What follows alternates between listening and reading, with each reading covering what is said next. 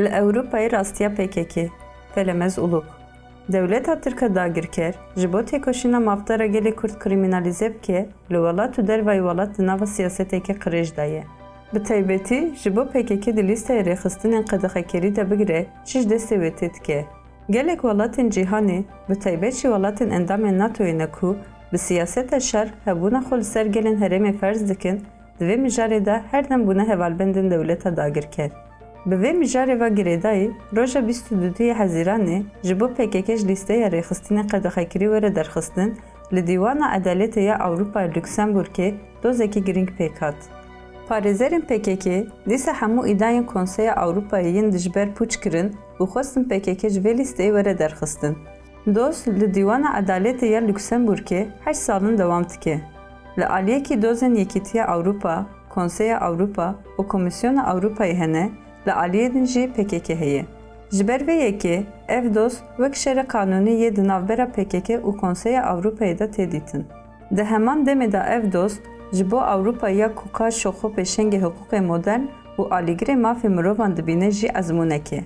Ji aliyê din ve, ev doz ji bo PKK ya ku têkoşîna azadiya gelekî dide meşandin jî giring e. Tevgera Azadiya Kurdistanê di têkoşîna xwe ya nêzî 5 salan de her dem li gor pîvanên navnetewî û hiqûqa gerdonî tevgeriya ye. Di bin çavderiya saziyên navnetewî de ev peyman îmza kirine. Di şerê xwe ya azadiyê de jî her dem li gor van peymanan tevgeriya ye. Lê aliyên PKK xistine vê lîsteyê jî di ferqa vê de ne ku biryarekî siyasî û li gor berjewendiyên dewletên herêmî hatiye dayîn. Ji ber van rastiyan, doza ku hat dîtin giring û buate bû. Di rûniştinê de parêzerê Holandî Tamara Buruma nûnertiya PKK kir û balkişan ser polîtikaya kirkirinê ya ku dewleta Tirk li ser gelê Kurd ferz dike. Dewleta Tirk ya ku hewl dide têkoşîna azadiya netewekî reş bike, li dijî herêmên Kurdan jî bi rojanê sûcan pêk dîne. Li Efrînê heta Kelar, Mexmûr, Şengal û Behdînanê gelê Kurd dike hedef û pêşengên civakê şehîd dixe. Tevî ku li gor peymanên navnetewî ev êriş hemû sûcin jî, li hemberî wan bêdengiyek heye. Bêdengiya li hemberî van sûcên dewleta dagirker, li dijî PKK ango tevgera azadiya gelê Kurd ve diguhura qedexe, astengkirin û siyaseta krîmînalîzekirinê.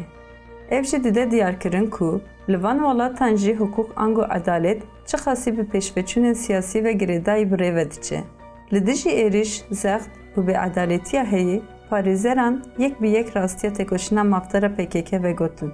Bêguman kesên ku van sûcan li ser tevgera Kurd bar dikin jî, di ferqê de ne ku îdayên dewletê Tirk hemû pûç û vala ne.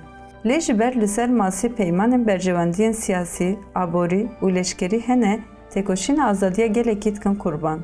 Naxwe ew jî dizanin ku PKK bi çi de ku dolaban xistine lîsteya qedexekirî.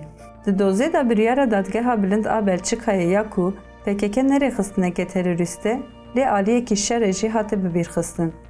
Rast e, PKK aliyekî şer e. Di navbera dagirkeran û azadîxwazan de şer heye û PKK di vî şerê de aliyek e. Lewma ger ev şer bên nirxandin û li gor sûcên di vî şerê de alî bên tewanbarkirin divê sûcên dewleta Tirk jî werin destnîşankirin û li gor wê helwest bêdanîn. Di vê mijarê de jî hiqûqa navneteweyî dîsa alî digire û hevalbendê xwe pîr û pak dide nîşandan. Lê di rastiyê de ew jî dizane ku siyaseta Enqere ne wisa bêsûce.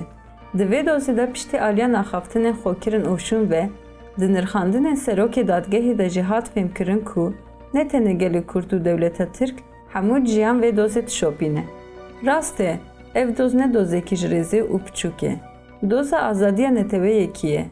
Lewma îro hemû tevgerên li seranserê cîhanê têkoşîna azadiyê didin meşandin vê dozê ji nêz ve dişopînin. Ev doz di têkoşîna li dijî zilm û zordariya dagirkeran de xwedî rolekî giring û buate ye. Encama vê dozê wê ser pêşveçûna têkoşîna azadiya gelan jî bandora xwe hebe. Di dîroka cîhanê de her dem em bûne şehîdê şerê di navbera azadîxwaza û dagirkeran. Her dem hatiye dîtin ku zû dereng li dijî dagirkeriyê têkoşîna gelan bi ser ketiye. Lewma ji encama vê dozê zêdetir ya giring, baweriya gelan ya bi têkoşîna azadiyê ye. Ev doz ezmûnekî giring ya hiqûqa Ewropayê ya dijî zordarî û zilmê ye. Ji ber vê yekê, ger civaka Ewropa bi rastî xwedê li heq û hiqûqê derdikeve, divê li dijî vê siyaseta qedexekirinê piştgiriya kampanyaya derxistina PKK ji lîsteya rêxistinên qedexekirî bike.